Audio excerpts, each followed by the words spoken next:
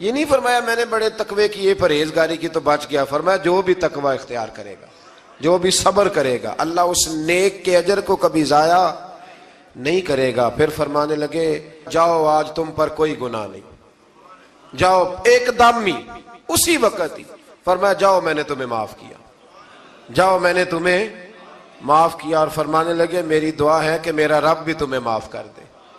پھر فرمایا یہ میری قمیض لے جاؤ، میرا کرتا، اور میرے باپ کی آنکھوں پہ ڈال دینا، امید ہے ان کی آنکھوں کی روشنی واپس آ جائے گی، جاؤ لے جاؤ۔ تو وہ کرتا لے کے گئے، اذهبوا بقمیصی ھذا، یہ میرا کرتا لے جاؤ۔ دیکھو اللہ والوں کے وجود سے جو چیز لگ جائے تبرک بن جاتی ہے۔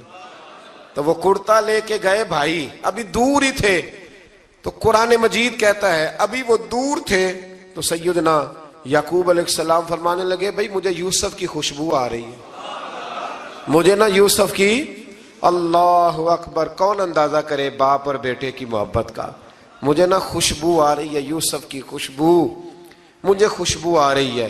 تو حضرت سیدنا یعقوب علیہ السلام کی آنکھوں پہ ڈالا تو روشنی واپس آ گئی۔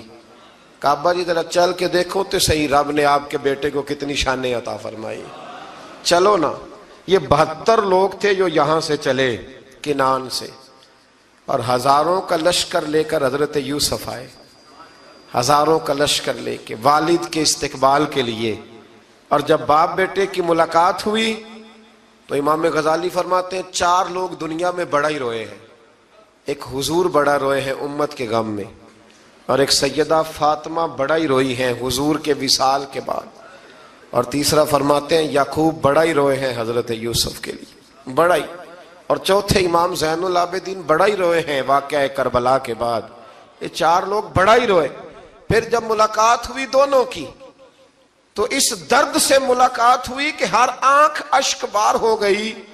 باپ بیٹا اتنی وارفتگی سے مل رہے تھے، اتنی وارفتگی سے کہ دائیں بائیں انہیں خبر ہی نہ رہی کہ باقی لوگ بھی ہیں۔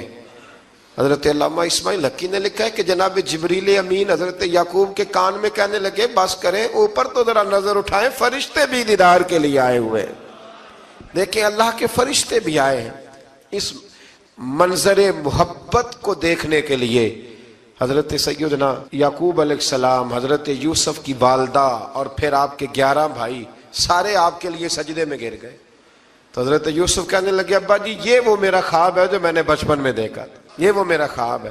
حضرت سیدنا یعقوب علیہ السلام پھر کم و بیش لگ بھگ 23 سال، کچھ نے لکھا ہے 40 سال مصر میں رہے، اور جب وصال ہونے لگا تو حضرت یوسف سے فرمانے لگے بیٹا مجھے یہاں دفن نہ کرنا، مجھے وہیں لے جانا جہاں میرے والد دفن ہے۔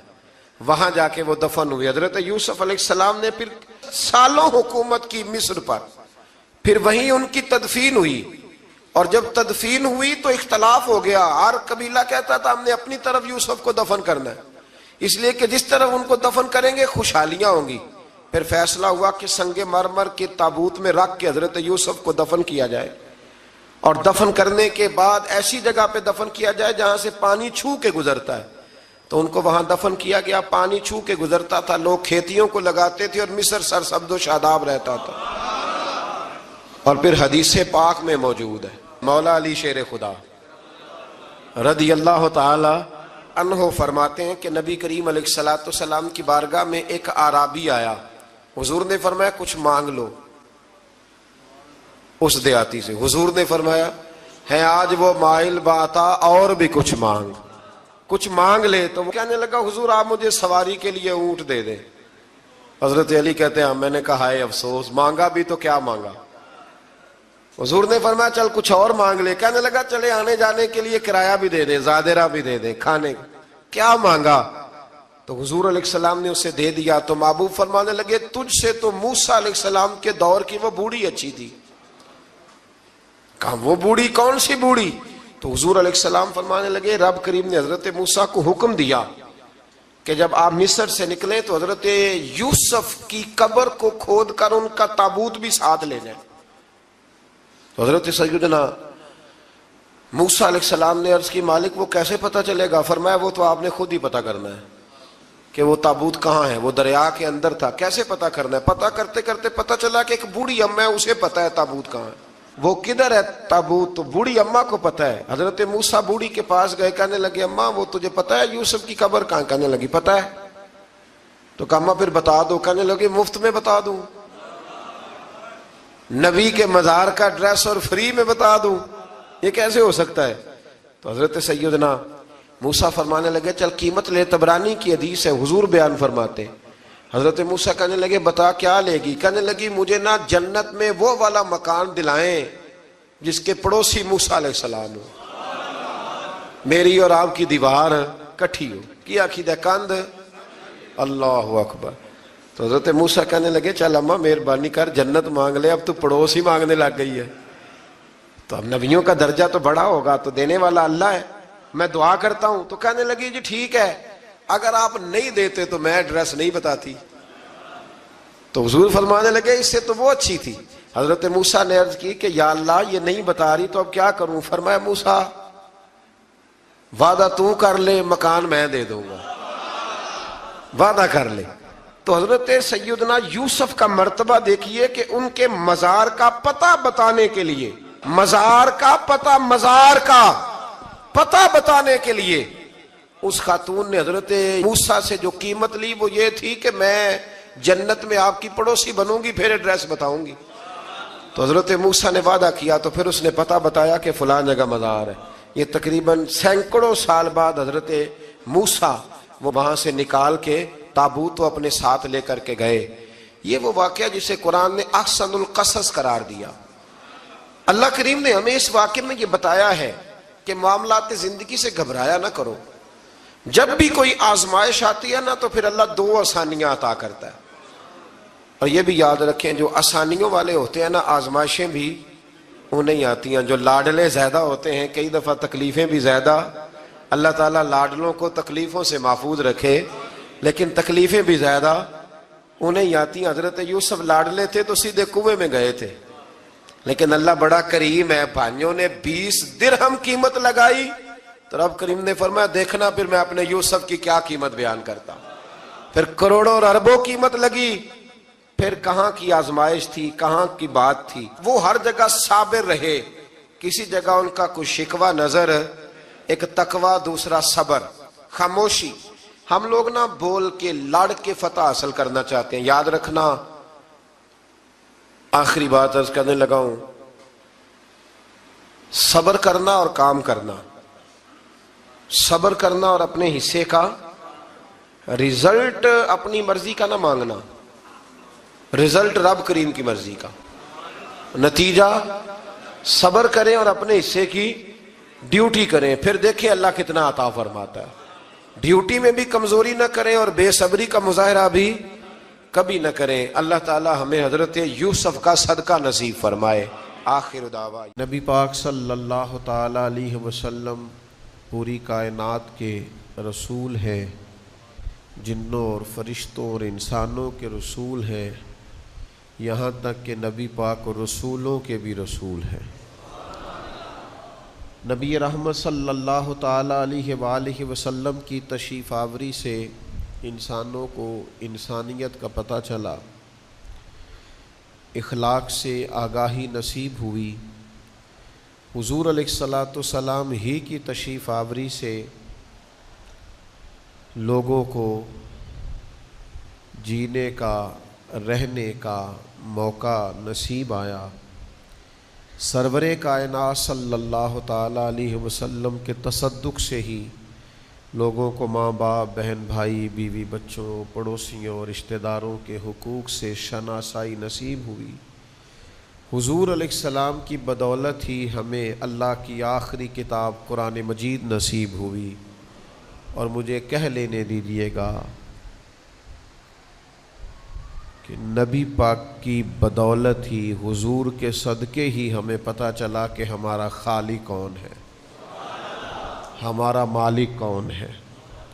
فلا و ربی کا، اے محبوب مجھے تیرے رب کی قسم ہو۔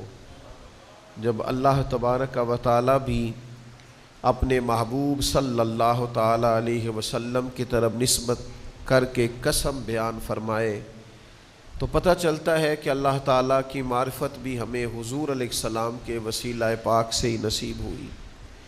پھر آپ کبھی غور فرمائیں تو انسان دنیا میں آتا ہے، اللہ اپنی رحمت سے جب کسی کو اولاد سے نوازتا ہے تو انسان پیدا تو اللہ کے کرم اس کے فضل سے ہوتا ہے، لیکن جب وہ انسانیت کے اصول سیکھتا ہے تو سرکار کی سنت کی برکت سے سیکھتا ہے۔ بچہ پیدا ہونے کے بعد آپ اس کا ختنہ کرتے ہیں تو حضور کی سنت، نبی پاک کا بتایا ہوا طریقہ، آپ اس کے سر سے بال اترواتے ہیں تو حضور کا بتایا ہوا طریقہ، آپ اس کا عقیقہ کرتے ہیں تو نبی پاک کا بتایا ہوا طریقہ، جب آپ نکاح کرتے ہیں تو محبوب فرمانے لگے یہ میری سنت ہے۔ تو آپ کو جا بجا زندگی میں جہاں جہاں بھی اخلاقیات کے قاعدے اور ضابطے نظر آتے ہیں تو یہ سارے رسول رحمت علیہ السلام کے دیے ہوئے۔